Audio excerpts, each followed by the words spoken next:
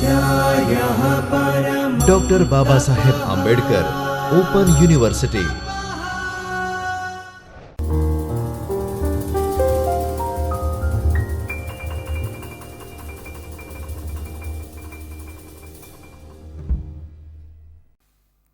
નમસ્કાર વિદ્યાર્થી મિત્રો, A++ની ખ્યાતિ મેળવનાર ડૉક્ટર બાબા સાહેબ આંબેડકર ઓપન યુનિવર્સિટીના જ્યોતિર્મય પરિસરના ચૈતન્ય સ્ટુડિયોમાં હું ડૉક્ટર જયેશ પરમાર સમાજશાસ્ત્ર વિભાગ વતી આપ સૌનું હાર્દિક સ્વાગત કરું છું. વિદ્યાર્થી મિત્રો, આજે આપણે TYBA એસોસિએમ 310 વસ્તીનું સમાજશાસ્ત્ર, જેમાં વિભાગ 2 એકમ 11 વસ્તી વૃદ્ધિનો આર્થિક વિકાસ સાથે સંબંધ, એટલે કે વસ્તી વૃદ્ધિનો આર્થિક વિકાસ સાથે શું સંબંધ છે તેના વિશે ચર્ચા કરવાની છે. વિદ્યાર્થી મિત્રો, આ એકમના અભ્યાસ બાદ તમે વસ્તી વૃદ્ધિ અને આર્થિક વિકાસનો ખ્યાલ સમજી શકશો, વસ્તી વૃદ્ધિનો આર્થિક વિકાસ સાથેનો સંબંધ જાણશો, વસ્તી વૃદ્ધિને આર્થિક વિકાસમાં સહાયક બનાવવાના જે પ્રયત્ન છે એ તમે કરી શકશો. પ્રસ્તાવના. વિદ્યાર્થી મિત્રો, આપણે જોઈએ છીએ કે પૃથ્વી ઉપર સતત માનવ વસ્તીનો વધારો થતો જાય છે, જેની અંદર આપણે વાત કરીએ તો આપણા ભારત દેશની અંદર પણ સતત વસ્તી વધારો થતો જાય છે. અને આ જે વસ્તી વધારો છે તે ઘણી વખત આપણને ફાયદાકારક અને નુકસાનકારક પણ હોય છે. આર્થિક વિકાસમાં વસ્તી વૃદ્ધિ કેવી રીતે સહાયક બને છે અને કેવી રીતે અવરોધરૂપ બને છે તેના વિશે આપણે ચર્ચા કરવાની છે. આર્થિક અને સામાજિક વિકાસ સાથે વસ્તી વૃદ્ધિનો ઘનિષ્ઠ સંબંધ છે. કોઈ પણ દેશનો આર્થિક વિકાસ અને સામાજિક વિકાસ એ વસ્તીનું કદ અને તેની ગુણવત્તા ઉપર રહેલો છે.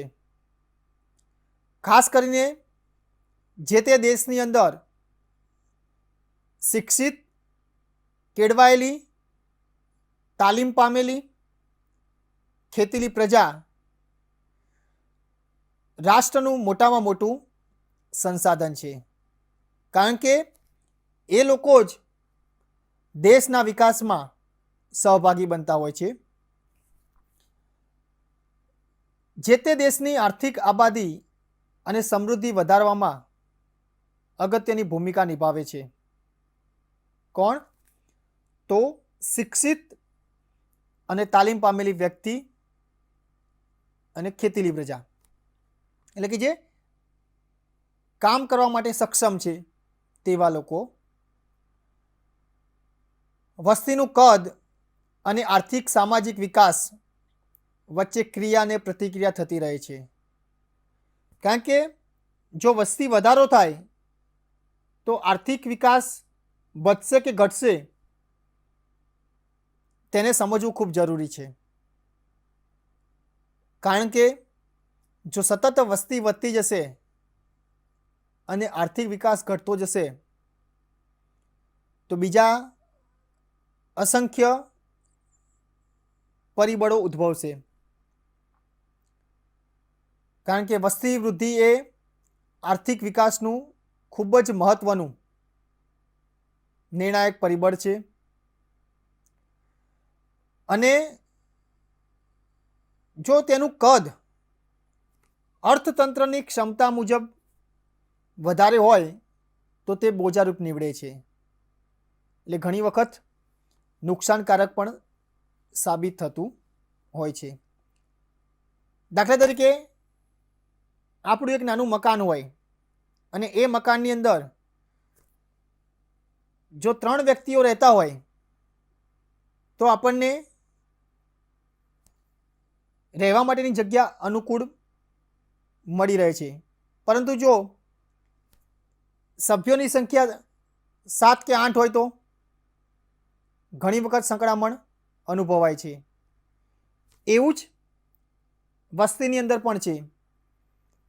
કારણ કે દેશની અંદર જો વસ્તી વધતી જશે તો એ લોકો માટે પણ રહેવા માટે મકાન, જીવન જરૂરિયાતી ચીજ વસ્તુઓ,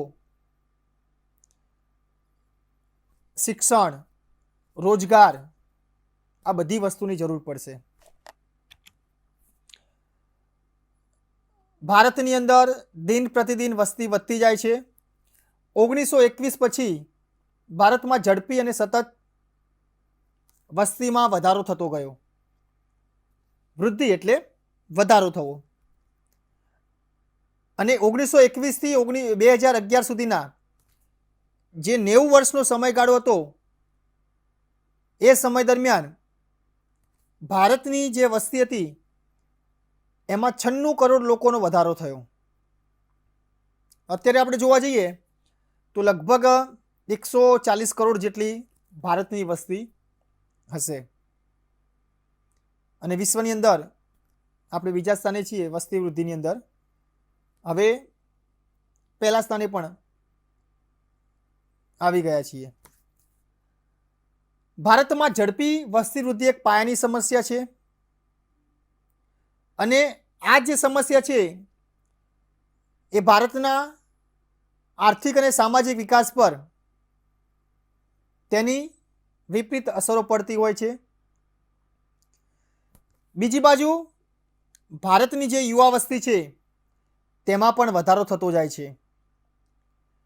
અને આ જે યુવા વસ્તી છે એ યુવા વસ્તીમાં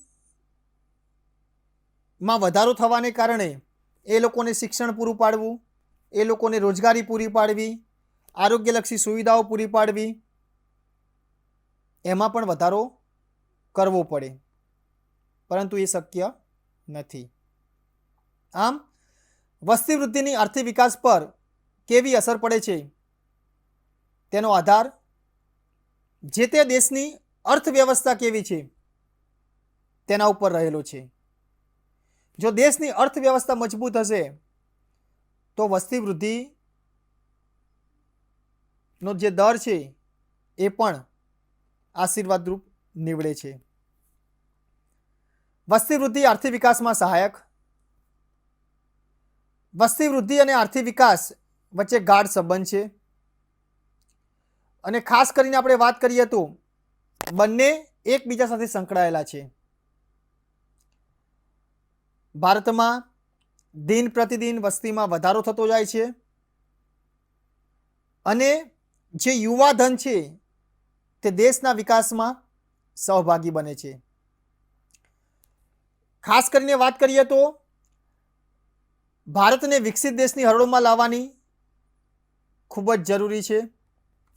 વસ્તી વૃદ્ધિ એ આર્થિક વિકાસના સંસાધન તરીકે કુશળ અને બિનકુશળ શ્રમિકો પૂરા પાડે છે.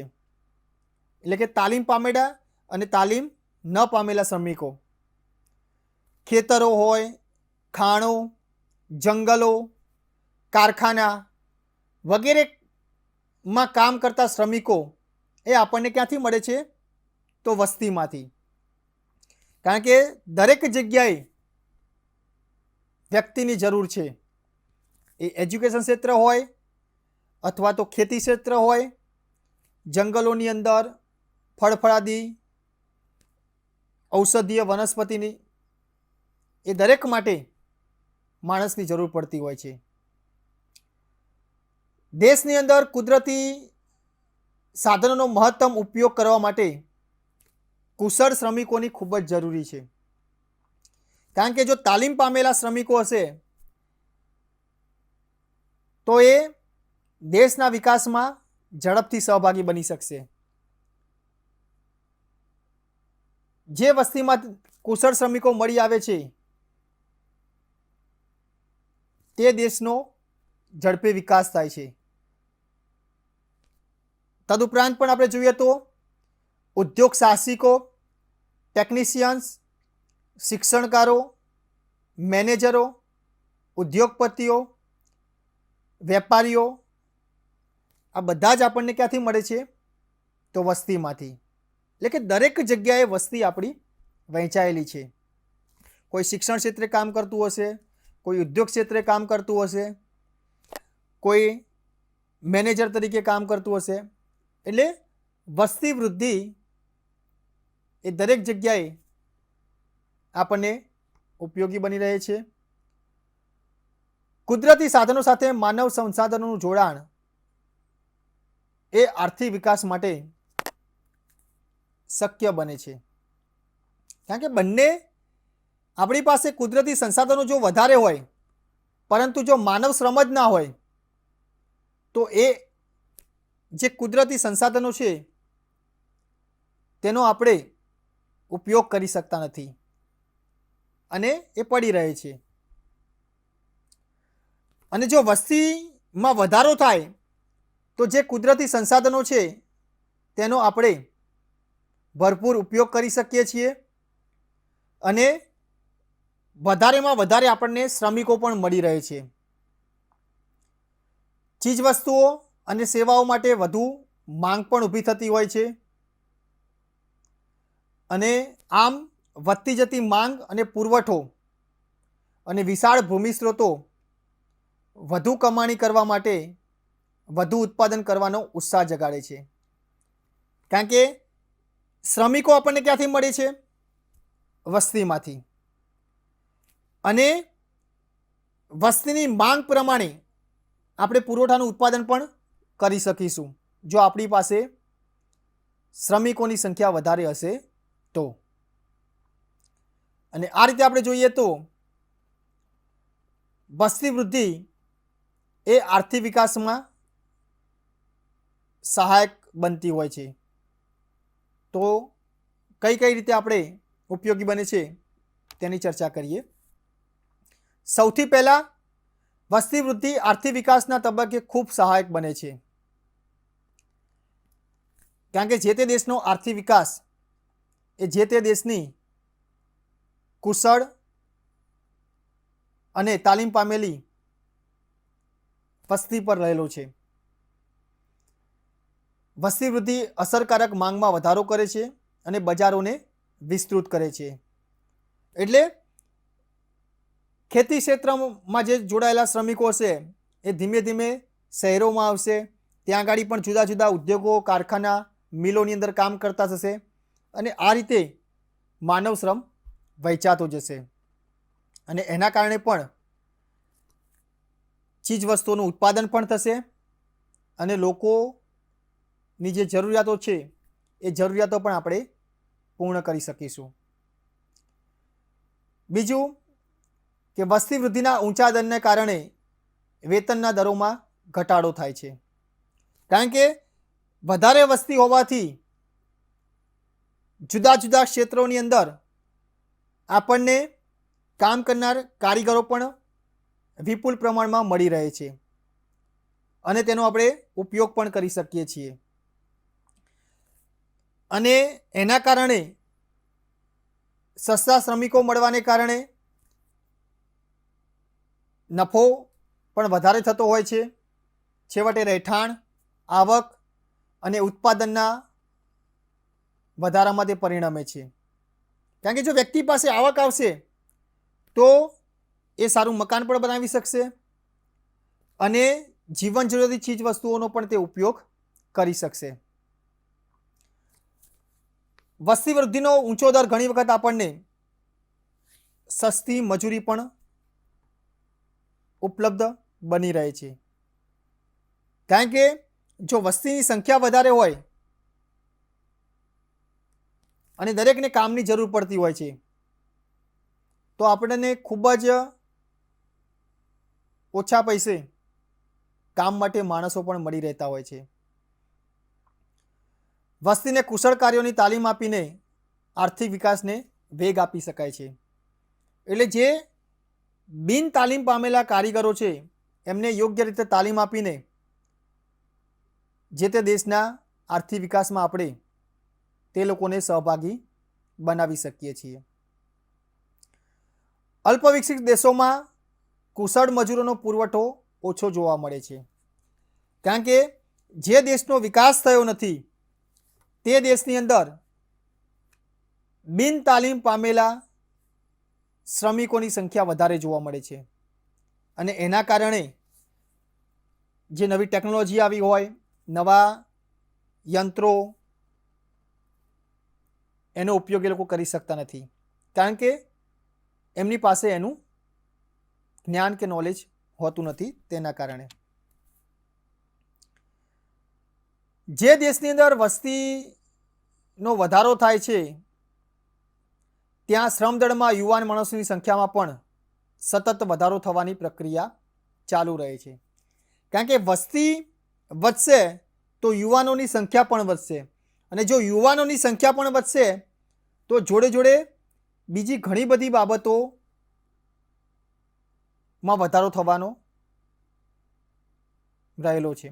કારણ કે ખાસ આપણે વાત કરીએ તો સાધનોનો કાર્યક્ષમ ઉપયોગ કરવા માટે યુવાન શ્રમિકોની સંખ્યામાં વધારો થાય એ આર્થિક વિકાસ માટે ફાયદાકારક સાબિત થાય છે.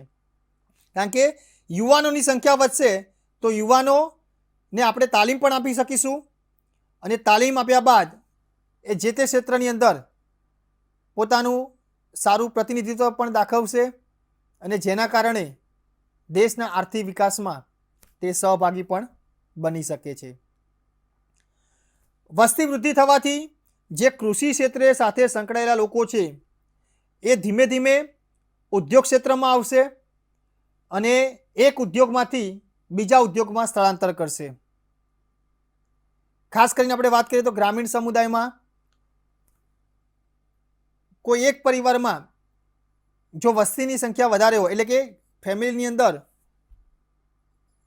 સભ્ય સંખ્યા વધારે હોય, તો એ લોકોને ખેતી ક્ષેત્રે બહારથી બીજા વધારાના માણસો લાવવાની જરૂર પડતી નથી. પોતાના ફેમિલીના જે સભ્યો છે એનો ઉપયોગ જ ખેતી સાથે એ લોકો કરતા હોય છે. એટલે ઘણી વખત ખેતી ક્ષેત્રે પણ વસ્તી વૃદ્ધિ એ ફાયદાકારક નીવડતી હોય છે. ખાસ કરીને લોકો પોતાના બાળકો માટે કામ કરે છે. આથી બાળકોની સંખ્યામાં વધારો થતાં લોકોને વધુ કામ કરવાની પ્રેરણા મળે છે. મૂળ વસ્તુ શું છે કે ઘરમાં જે નાના બાળકો છે એ નાના બાળકોના જીવન ગુજરાન ચલાવવા માટે પણ માતા પિતા કે વડીલોને કામ કરવું પડતું હોય છે. અને જો બાળકોની સંખ્યા વધારે હોય તો જે તે વ્યક્તિને વધારે કામ કરવાની જરૂર પડતી હોય છે.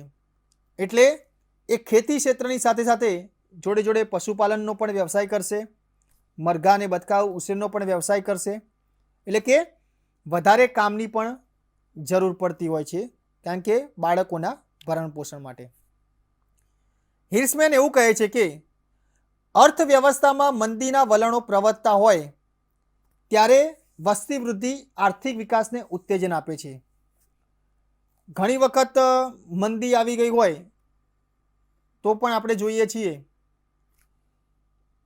કે વસ્તી વધારો એ જુદા જુદા ક્ષેત્રની અંદર વહેંચાયેલો હોય છે, અને એના કારણે જે માંગ અને પુરવઠો છે એ ટકાવી રાખવો ખૂબ જ જરૂરી છે. કારણ કે અનેક દેશોની અંદર વસ્તી વૃદ્ધિને કારણે કૃષિ ક્ષેત્રે પણ વિકાસ વધ્યો છે, અને કૃષિ વિકાસ એ વસ્તી વૃદ્ધિનું કારણ પણ છે અને પરિણામ પણ છે. કારણ કે વધુ લોકો કૃષિ સાથે સંકળાયેલા હશે તો ચીજ વસ્તુઓનું ઉત્પાદન પણ વધારે થશે. એટલે કે અનાજનું ઉત્પાદન જો વધારે થશે તો એ અનાજને કારણે એ અનાજ ક્યાં આવશે? ઉદ્યોગોમાં, કારખાનામાં આવશે, અને એના કારણે પણ લોકોને રોજગારી મળશે. એટલે ખેતી ક્ષેત્રે વધુ લોકો સંકળાયેલા હશે તો અનાજનું ઉત્પાદન પણ વધારે થવાની શક્યતા છે. વસ્તી વૃદ્ધિને કારણે ફક્ત ભોજન લેનારા જ નહીં, એટલે કે ખાનારની સંખ્યા ની સાથે સાથે ઉત્પાદનના કામોમાં પણ ઉપયોગમાં આવે તેવા હાથ પણ વધે છે. કારણ કે ખાવા માટે પણ મહેનત કરવી ખૂબ જરૂરી છે. એટલે કે વ્યક્તિએ પોતાનું જીવન ટકાવી રાખવા માટે શ્રમ તો કરવો ખૂબ જરૂરી છે અને એના દ્વારા જે આવક થાય તો એ આવકના આધારે જીવન જરૂરી ચીજ વસ્તુઓ ખરીદી શકે છે. આમ વસ્તી વૃદ્ધિ એ આર્થિક વિકાસમાં સહાયક બનતી હોય છે. બીજું છે વસ્તી વૃદ્ધિ આર્થિક વિકાસમાં અવરોધક પરિબળ.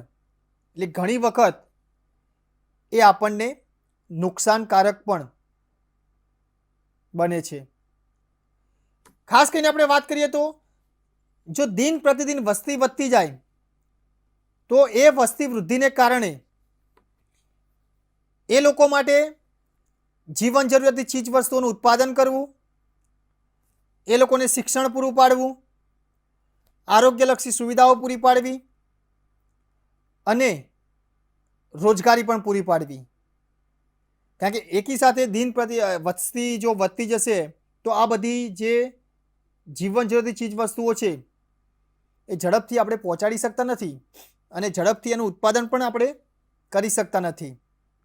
એટલા માટે વસ્તી વૃદ્ધિ એ આર્થિક જે વિકાસ છે એની અંદર અવરોધક બનતું હોય છે. વસ્તી વૃદ્ધિની વિપરીત અસર પર સૌપ્રથમ માલ્થસ જે છે કે જેમને ઇષ્ટ વસ્તીનો સિદ્ધાંત આપ્યો હતો એમનું ધ્યાન દોરાય છે. માલ્થસ એવું જણાવે છે કે જમીનની ખોરાકની ઉત્પાદન કરવાની ક્ષમતા કરતાં મનુષ્યની પ્રજનન ક્ષમતામાં એટલે કે પ્રજનન ક્ષમતા અનેક ગણી વધારે છે. એટલે કે જેટલું અનાજનું ઉત્પાદન થાય છે એના કરતાં તો વધારે બાળકોના જન્મ થતા હોય છે. એટલે ઘણી વખત આ પરિસ્થિતિ આપણને ભયજનક લાગતી હોય છે. એટલે અનાજના ઉત્પાદન કરતાં વસ્તીમાં ઝડપથી વધારો થતો હોય છે અને ઝડપથી વધતી જતી જે વસ્તી છે એના કારણે ખોરાકના પુરવઠા સામે સમતોલ કરવાના પ્રયાસો મનુષ્ય નહીં કરે તો કુદરતી અંકુશો દ્વારા પણ વસ્તી વૃદ્ધિ ઉપર નિયંત્રણ થશે. થાય છે ને, તમને ખબર છે કે ઘણી વખત કુદરતી હોનારત આવતી હોય છે. કારણ કે જો વસ્તીમાં સતત વધારો થતો જશે તો જે બેલેન્સ જળવાવું જોઈએ એ નહીં જળવાય અને એની પર જો વ્યક્તિ જાતે કંટ્રોલ નહીં કરે તો કુદરતી જે પરિબળો છે એ આપોઆપ એને કંટ્રોલમાં કરશે. ઘણી વખત આપણે જોઈએ છીએ કે રોગચાળો ફાટી નીકળે છે, ભૂકંપ આવે છે, જ્વાળામુખી ફાટવો, કુદરતી હોનારતો થવી, ભૂસ્ખલન અને આના કારણે ઘણા બધા લોકોના મૃત્યુ થતા હોય છે. એટલે કે જો વ્યક્તિ જાતે પ્રયત્ન નહીં કરે તો કુદરતી પરિબળો એની આપોઆપ વસ્તીનું બેલેન્સ જાળવશે. મનુષ્ય બુદ્ધિપૂર્વક વસ્તી વૃદ્ધિ પર અંકુશ નહીં મૂકે. કારણ કે વસ્તી વૃદ્ધિ પર અંકુશ કોણ મૂકશે? તો વ્યક્તિ પોતે મૂકશે અને એની ઉપર અંકુશ મૂકવો ખૂબ જ જરૂરી છે. નહીતર દુષ્કાળ, રોગચાળો, ભૂખમરો, અતિવૃષ્ટિ જેવા કુદરતી પરિબળો દ્વારા વસ્તી વૃદ્ધિ પર અંકુશ આવશે. મેં તમને જે વાત કરી ને, કારણ કે ઘણી વખત એવી હોનારત આવતી હોય જે ઓટોમેટિક વસ્તીને ડાઉન કરતી હોય છે. દાખલા તરીકે હમણાં જ આપણે જોયું કે કોરોના આવ્યો હતો અને આ કોરોનાને કારણે ઘણા બધા લોકોના મૃત્યુ થયા. એટલે એવી હોનારતો આવતી હોય છે એના કારણે પણ વસ્તીની સંખ્યા આપોઆપ ઘટવા લાગે છે. પરંતુ જો દરેક વ્યક્તિએ સારું અને વ્યવસ્થિત જીવન જીવવું હશે તો વસ્તી ઉપર કંટ્રોલ કરવો ખૂબ જ જરૂરી છે. કારણ કે જો વસ્તી ઉપર આપણે કંટ્રોલ કરીશું તો જે જીવન જરૂરિયાતી ચીજ વસ્તુઓ છે એ તમામ ચીજ વસ્તુઓનો લાભ દરેક વ્યક્તિને મળી રહેશે.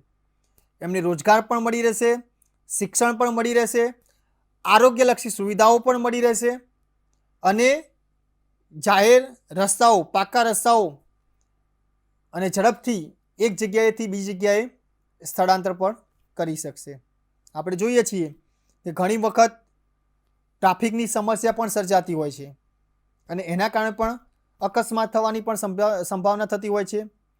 કારણ કે જો વસ્તીને આપણે કંટ્રોલ નહીં કરીએ તો અનેક પરિબળોનો આપણે સામનો ભવિષ્યમાં કરવો પડશે. ટૂંકમાં માલ્થસે વસ્તી વૃદ્ધિના ભય સ્થાનો પર અંગુલી નિર્દેશ કર્યો છે. એ આપણને ચેતવે છે કે જો આપણે વસ્તીની વૃદ્ધિનો કંટ્રોલ નહીં કરીએ તો ભવિષ્યમાં આપણે જે સમસ્યાઓનો સામનો કરવાનો છે એ આપણને ખબર જ છે. તો શા માટે આપણે પહેલેથી જ વસ્તી વૃદ્ધિ પર કંટ્રોલ ન કરીએ?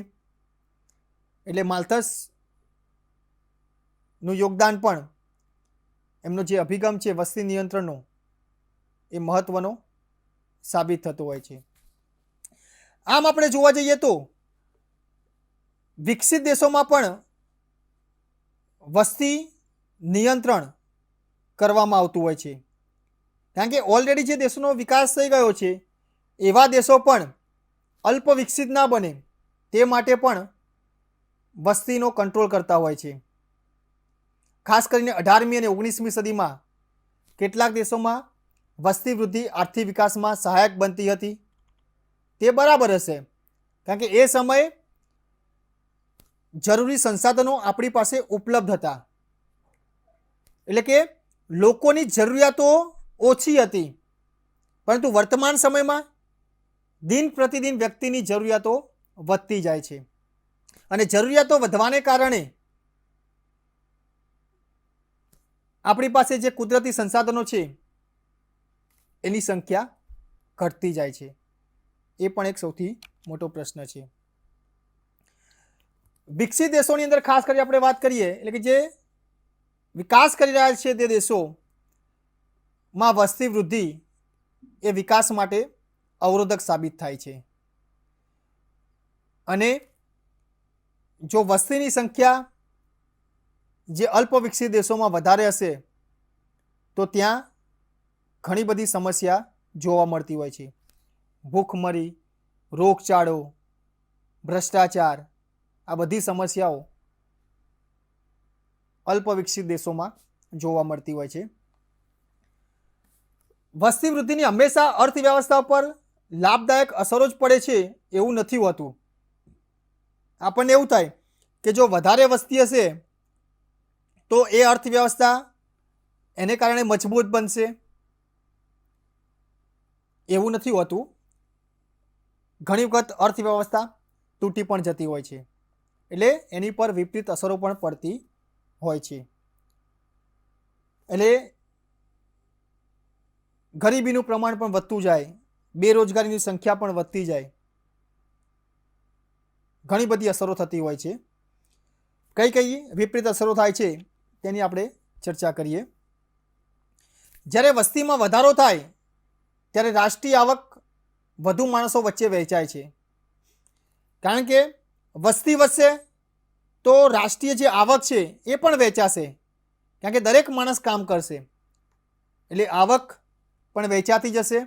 અને આના કારણે આપણી જે માથાદીઠ આવક છે એમાં ઘટાડો થાય છે અને માથાદીઠ આવકમાં ઘટાડો થવાને કારણે તેની ઘણી બધી વિપરીત અસરો ઊભી થતી હોય છે. ઓછી બચત, ઓછું મૂડીરોકાણ અને ઓછું ઉત્પાદન. કારણ કે જો વ્યક્તિ પાસે આવક જ ઓછી હશે તો એ બચત ઓછી કરશે, અને જો બચત ઓછી કરશે તો કોઈ પણ જગ્યાએ એ મૂડીરોકાણ નહીં કરી શકે, અને મૂડીરોકાણ ન થવાને કારણે ચીજ વસ્તુનું ઉત્પાદન ઓછું થતું હોય છે. એટલે આમ વસ્તી વૃદ્ધિથી જમીનના પુરવઠા પર ભારે અસર પડતી હોય છે. અને આના કારણે આપણે જોઈએ તો વસ્તી વધારાની સાથે જમીન પર વસ્તીનું દબાણ વધતા વ્યક્તિ દીઠ જમીનનું પ્રમાણ પણ ઘટે છે. કારણ કે જે વ્યક્તિ જન્મે છે એ લોકોને પણ રહેવા માટે મકાનની જરૂર તો પડવાની જ. અને જો આપણે બધી જગ્યાએ મકાન બનાવતા જઈશું તો ખેતી કરવા માટે જમીન આપણી પાસે ઘટતી જશે. અને જો ખેતી લાયક જમીન ઘટતી જશે તો અનાજનું ઉત્પાદન ઘટતું જશે. અને જો અનાજનું ઉત્પાદન ઘટતું જશે તો એમાંથી જે આપણે વિવિધ ચીજ વસ્તુઓ બનાવીએ છીએ એ પણ નહીં બને. એટલે ખાસ કરીને વસ્તી વૃદ્ધિ એ નુકસાનકારક નીવડે છે. માથાદીઠ આવક અને ઉત્પાદન પણ ઘટે છે. ખેતી એ બિન આર્થિક વ્યવસાય બની રહે છે. કારણ કે પછી શું થાય કે બધા જ લોકો ખેતી કરશે તો એ ખેતીમાંથી જે આવક પ્રાપ્ત થવી જોઈએ એ આવકનો દર પણ નીચો રહે છે. અને એના કારણે ઘણી વખત જે કૃષિ સાથે સંકળાયેલા લોકો છે એ લોકોને પણ ઘણી બધી ચીજ વસ્તુઓથી જીવન જરૂરિયાત વંચિત રહેવું પડતું હોય છે. ત્યાર પછી વસ્તીનું દબાણ વધતા જીવન ધોરણ નીચું ઉતરે છે. કારણ કે જે જીવન જરૂરિયાતની ચીજ વસ્તુઓ છે હવે જો એનું ઉત્પાદન ઓછું થશે તો લોકોને એ ચીજ વસ્તુઓનો લાભ મળશે નહીં. અને જો લોકો સુધી એ ચીજ વસ્તુનો લાભ પહોંચે નહીં તો એની માનવ જીવન પર વિપરીત અસરો થતી હોય છે. એટલે કે માંગ અને પુરવઠો એ અસંતુલિત થઈ જતો હોય છે. જે ગરીબ પરિવાર હોય છે એમને વધુ મુશ્કેલીનો સામનો કરવો પડતો હોય છે. કારણ કે ગરીબ વધુ ગરીબ બનતો જાય છે. અને આ જે આખું વિષચક્ર છે એ સતત ચાલ્યા કરે છે. ઝડપથી થતી વસ્તીને કારણે સામાજિક કલ્યાણની બાબતો હોય, વસવાટના મકાનો, વાહન વ્યવહારની સુવિધા, આરોગ્ય અને સામાજિક માળખાકીય સુવિધા, આ બધી જ સુવિધાઓ પૂરી પાડવા માટે મૂડીરોકાણ એટલે કે પૈસાની પણ ખૂબ જરૂર હોય છે. અને એના કારણે આપણે જોવા જઈએ તો જો આ બધી સુવિધાઓ જોશે તો વસ્તી પર કંટ્રોલ કરવો ખૂબ જરૂરી છે. કારણ કે જેમ વસ્તી વધશે એમ સુવિધાઓમાં પણ વધારો થશે. એટલે ખાસ કરીને વસ્તી વૃદ્ધિનું દબાણ ચીજ વસ્તુઓના વ્યક્તિ દીઠ વપરાશમાં ઘટાડો કરે છે. અને અન્ય પરિબળોમાં પરિવર્તન ન આવે તો વસ્તી વૃદ્ધિથી વપરાતી જે ચીજ વસ્તુઓ છે એની પાછળના માથાદીઠ ખર્ચમાં પણ ઘટાડો થાય છે. એટલે જેમ વસ્તી વધશે એમ જીવન જરૂરિયાતી ચીજ વસ્તુઓનું પણ આપણે વધારે ઉત્પાદન કરવું પડશે. આમ જોઈએ તો આપણે ઝડપથી જે વસ્તી વધારો થાય છે એના કારણે ઘણી બધી સમસ્યાઓનો આપણે સામનો કરીએ છીએ. એટલે આપણે વસ્તી ઘટાડો કરવો ખૂબ જ જરૂરી છે. એને કારણે જો અનાજનું ઉત્પાદન એટલે કે ચીજ વસ્તુનું ઉત્પાદન ઓછું થયું હોય તો આપણે બીજા દેશમાંથી તેની આયાત પણ કરવી પડતી હોય છે. અને જો આયાત કરવામાં આવે તો આપણું જે હુંડિયામણ છે એ બીજા દેશોમાં જાય છે. અને એના કારણે પણ આપણા દેશનો આર્થિક વિકાસ ઘટતો જાય છે. ખાસ કરીને વસ્તી વધારાને કારણે ખોરાકની અછત પણ સર્જાય છે. અને એના કારણે જે ખોરાકની ચીજ વસ્તુઓ છે એની પણ આપણે ઘણી વખત આયાત કરવી પડતી હોય છે. વધતી જતી વસ્તીને આપણે વસવાટના મકાનો પૂરા પાડવા, રોજગારી પૂરી પાડવી, શિક્ષણ પૂરું પાડવું, આરોગ્યલક્ષી સુવિધાઓ પૂરી પાડવી એમાં પણ વધારો થતો જાય છે. આમ જોવા જઈએ તો વસ્તી વૃદ્ધિ એ આર્થિક અને સામાજિક વિકાસ સાથે ઘનિષ્ઠ સંબંધ ધરાવે છે. કારણ કે બંને એકબીજા સાથે સંકળાયેલા છે. અને જો વધતી જતી વસ્તી ઉપર આપણે કંટ્રોલ નહીં કરીએ તો ભવિષ્યની અંદર અનેકવિધ સમસ્યાનો આપણે સામનો કરવો પડશે. અને ખાસ કરીને દેશના આર્થિક વિકાસ માટે વસ્તી વૃદ્ધિ પર કંટ્રોલ કરવો ખૂબ જ જરૂરી છે. કારણ કે તો જ આપણો જે ભારત દેશ છે એ અલ્પ વિકસિત દેશમાંથી વિકસિત દિશામાં ગતિ કરી શકશે. તો વિદ્યાર્થી મિત્રો, આપણે વસ્તી વૃદ્ધિના સહાયક પરિબળો અને અસહાયક પરિબળોની ચર્ચા કરી. અહીંયા સ્વાધ્યાય માટેના પ્રશ્નો આપેલા છે જે પરીક્ષાલક્ષી તમારે ઉપયોગી બનશે. કેટલાક ઉપયોગી પુસ્તકો પણ આપેલા છે જેનો તમે ઊંડાણપૂર્વક અભ્યાસ કરી શકશો. તો વિદ્યાર્થી મિત્રો, હવે આપણે ફરીથી મળીશું એક નવા એકમ સાથે. આભાર. स्वाध्यायः परमः